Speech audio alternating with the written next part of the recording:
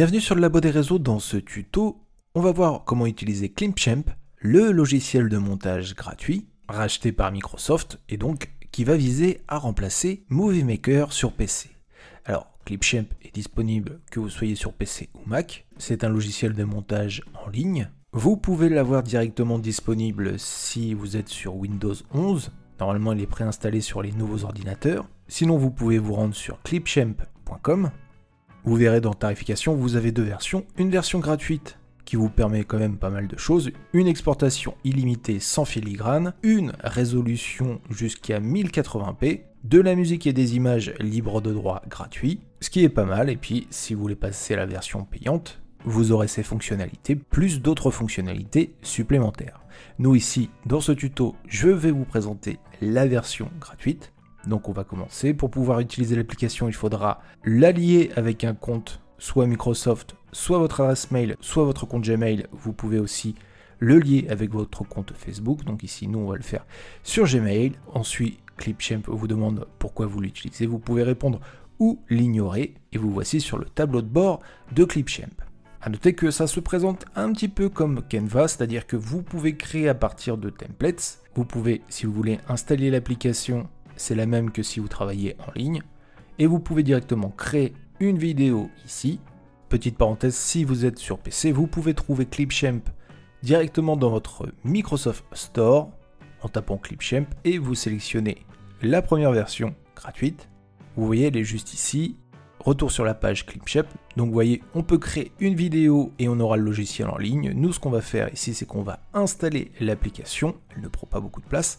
Pour l'avoir directement dans notre desktop, nous allons la lancer. Nous sommes donc sur notre application Clipchamp. Nous allons créer notre première vidéo. Vous allez voir, l'interface est très simple d'utilisation. Sur la gauche, vous aurez les différents outils de création. Sur la droite, les effets et filtres disponibles. Au milieu, vous aurez votre retour vidéo et juste ici, ça sera votre timeline pour pouvoir éditer votre montage. Dans un premier temps, juste ici dans le petit menu Sandwich, vous avez les informations sur votre compte, mais surtout vous avez les informations sur le raccourci clavier. Ainsi, ici, vous aurez les raccourcis du logiciel pour aller un petit peu plus vite dans votre montage. Par exemple, on sait que couper sera S, annuler, ça sera commande Z, copier-coller, c'est à peu près la même chose, lecture, pause, on sait que les raccourcis sont là si on en a besoin. Donc nous allons d'abord explorer les outils de création qui sont ici, et on va commencer avec l'onglet Fichier, où nous allons pouvoir rajouter les séquences pour notre montage. Alors généralement, quand vous préparez un montage, vous avez vos séquences qui sont prêtes à être dérochées. Comme moi ici, je les ai marquées 1, 2 et 3. Je vais les sélectionner et tout simplement, je vais les déposer ici. Ainsi, je pourrai les travailler sur mon logiciel de montage. A noter que vous pouvez quand même ajouter un fichier à partir de Dropbox, de Google Drive, de OneDrive ou de Google Photos si vous le souhaitez, ou même de votre téléphone. Il faudra scanner votre téléphone avec le QR code et ainsi vous pourrez sélectionner des fichiers multimédia à partir de votre téléphone, ce qui est vraiment pas mal. Nous par exemple ici on va choisir ce fichier là et vous voyez, il a été téléchargé dans notre bibliothèque de médias. À ceci on va rajouter une musique et nous avons l'ensemble de nos fichiers qui est juste ici. On peut les retrouver classés via vidéo, audio et images comme ceci. Ensuite, ce qu'on va faire, c'est que nous allons les déplacer sur notre timeline. On va dézoomer notre timeline pour y voir un petit peu plus clair et pour pouvoir placer l'ensemble de nos fichiers. Ici, on aura la piste principale, mais bien sûr, on a des pistes secondaires que nous pouvons créer. Ce qui est bien, c'est que, vous voyez, on peut en créer vraiment pas mal, ce qui nous permet de travailler sur notre logiciel de montage. À noter que ça sera toujours la piste du dessus qui prendra la priorité sur l'ensemble de votre montage. Ici, on va juste travailler sur une seule piste pour l'instant. Et on peut, si on souhaite, aussi ajouter notre audio. Juste ici, le voilà. Avant d'aborder les autres menus, on va voir un petit peu comment fonctionnent les différents outils que nous avons à disposition sur notre timeline. C'est très simplifié, on a déjà vu ici le zoom en arrière, le zoom en avant pour avoir l'ensemble de notre timeline. Si on veut revenir au zoom de départ, on fait ajuster juste ici. On va zoomer un petit peu plus pour s'y retrouver. Sur la gauche, on a l'outil annuler pour annuler la dernière action et rétablir pour rétablir l'action qu'on vient de faire, c'est noté avec des raccourcis clavier qui sont commande Z et commande Shift Z. Ici, on a le bouton couper qui nous permet de couper une séquence. Par exemple, ici, on voit que la musique continue alors qu'on n'a plus d'image. Donc, on va déplacer notre réglette juste ici. Et on va sélectionner couper pour avoir une coupe qui se fait juste là. Et si on sélectionne, on va pouvoir supprimer ce que je viens de faire. Vous pouvez le faire aussi avec votre raccourci S et en sélectionnant ce que vous voulez supprimer, la touche supprimer ou la touche retour. Sur chaque séquence, vous avez aussi un outil tram qui vous permet de la raccourcir ou de l'augmenter. Entre deux séquences, vous avez la position d'ajouter une transition.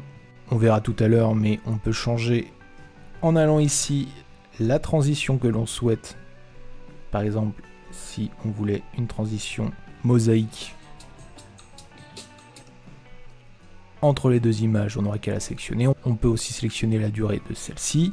Nous, on va supprimer la transition, on n'en a pas besoin pour l'instant.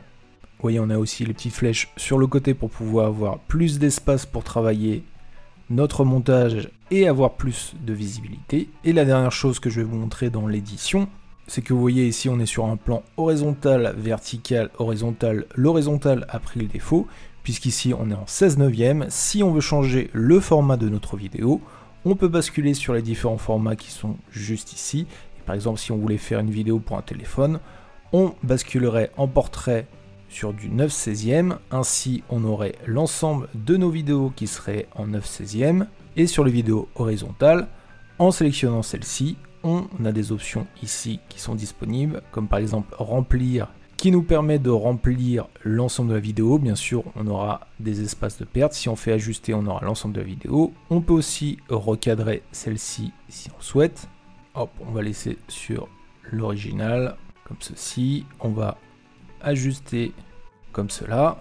On a une possibilité supplémentaire avec image dans image qui nous permet de transformer l'image en haut à droite, en haut à gauche, etc.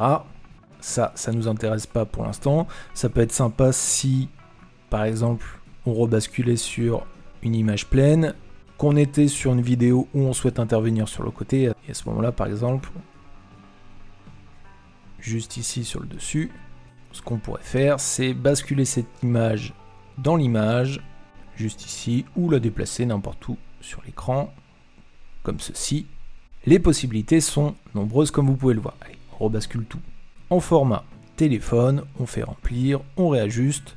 On a la possibilité aussi de pivoter l'image si elle n'est pas dans le bon sens, de l'inverser, que ça soit de haut en bas. Et la même chose ici, on va réajuster l'image pour avoir exactement ce qu'on veut à l'écran.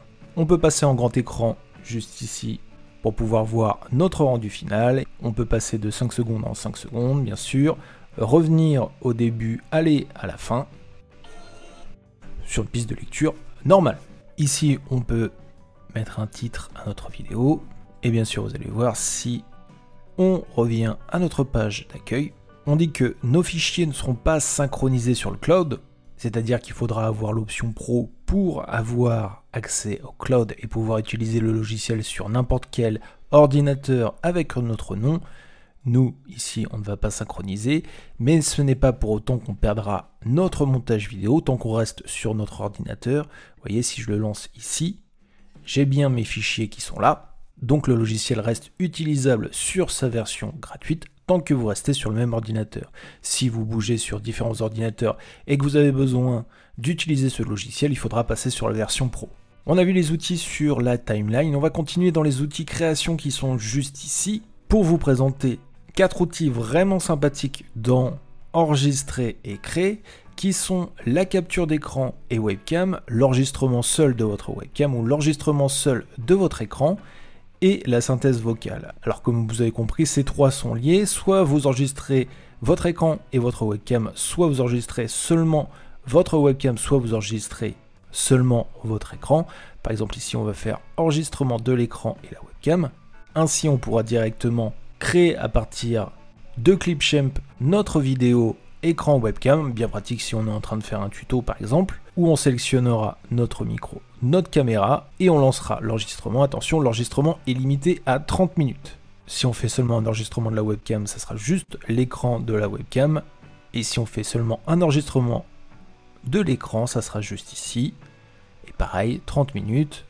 Par exemple, si on enregistrait l'écran, ce qui est bien, c'est qu'on peut sélectionner soit tout l'écran, soit sélectionner une fenêtre en particulier, soit même un onglet internet. Par exemple, ici, on fait l'enregistrement de tout l'écran. L'enregistrement est parti, et une fois qu'on l'arrête, on l'a disponible juste ici. Soit on réalise une nouvelle prise, soit on enregistre et on monte. Ainsi, il s'affichera juste ici sur notre timeline, mais il sera aussi disponible dans notre bibliothèque de médias, juste là. Hop, ça ne nous intéresse pas, on va le supprimer des deux. Et on va continuer notre tuto pour vous présenter l'outil synthèse vocale. L'outil synthèse vocale, qu'est-ce que c'est? Il suffit ici de taper votre texte, de sélectionner la langue. Alors vous avez énormément de langues, bien sûr si vous sélectionnez l'anglais, il faudra taper votre texte en anglais. Ici on va prendre le français. Et vous avez un choix de voix assez conséquent. Par exemple, on va sélectionner ici la voix de Maurice. On peut mettre une vitesse d'élocution de lente standard à rapide. Et on peut avoir un aperçu juste ici, par exemple. Bonjour, je suis Marco du Labo des réseaux. Voilà. Si ça nous convient, on enregistre dans nos fichiers. Ainsi, on aura la synthèse vocale qui sera juste ici. Et on pourra la glisser sur notre timeline si on a besoin de la mettre quelque part. Par exemple ici en début de vidéo. Bonjour, je suis Marco du Labo des réseaux. Voilà. Énormément de possibilités avec cet outil synthèse vocale. Dans Model, nous avons des templates qui sont disponibles pour pouvoir enrichir notre montage. Ça ressemble un petit peu à ce qu'on peut avoir sur Canva avec l'ensemble des modèles. Les modèles pour YouTube où on trouvera des intros et des outros. À noter que vous avez des modèles qui sont avec la version gratuite, des modèles qui sont avec la version pro. Pour les trier, vous allez juste ici et vous mettez gratuit. Vous pouvez aussi choisir l'aspect que vous cherchez. Par exemple, on va essayer d'en trouver en 9/16e. On n'en a pas sur le modèle YouTube. On va voir si dans tous les modèles, on a des vidéos gratuites en 9/16e qu'on va pouvoir utiliser. Voilà. Par exemple, on a tout ça pour pouvoir enrichir nos créations. Ça peut être pas mal si vous voulez créer une story Instagram par exemple sur le sport, où vous sélectionnez le modèle en allant dans le petit plus qui est ici, on ajoute le modèle, il vient de s'ajouter juste ici à notre timeline avec le fichier vidéo, le fichier son et les différents fichiers texte. Et comme c'est un template, on peut modifier en allant dans les menus sur la gauche ce qu'on souhaite sur le template. On peut aussi supprimer choses si on souhaite, et en sélectionnant chaque fichier, on peut les déplacer vraiment comme on le souhaite sur notre template. Ici on n'a pas besoin, mais ça peut vous donner des idées de création. Vraiment, vous en avez pour tous les goûts, que ce soit de TikTok aux campagnes publicitaires, aux publicités sur Facebook, etc., etc. Dans musique et effets, vous avez accès à des musiques libres de droit.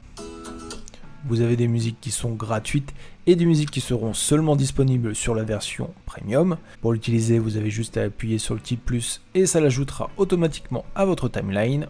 Vous avez aussi des effets audio comme le célèbre Whoosh qui vous permet de mettre des transitions. Voilà, vous avez d'autres effets. Vous avez le Père Noël, les fantômes, etc., etc.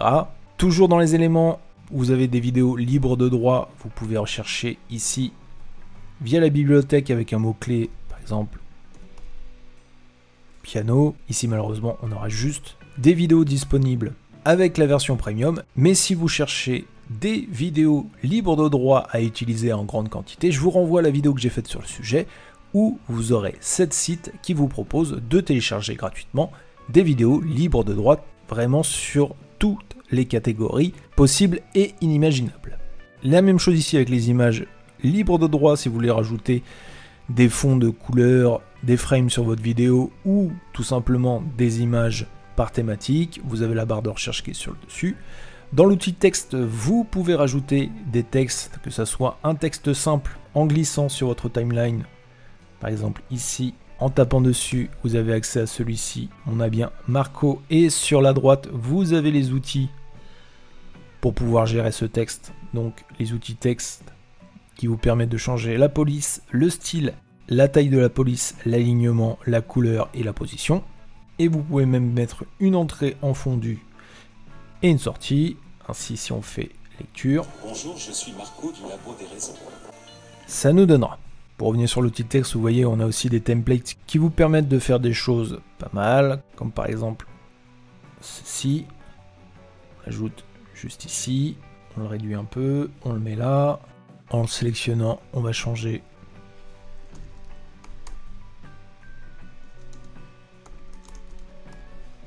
Bonjour, je suis Marco du... le texte comme ceci, ainsi. Bonjour, je suis Marco. Voilà ce que ça nous donne. Vous avez énormément de possibilités.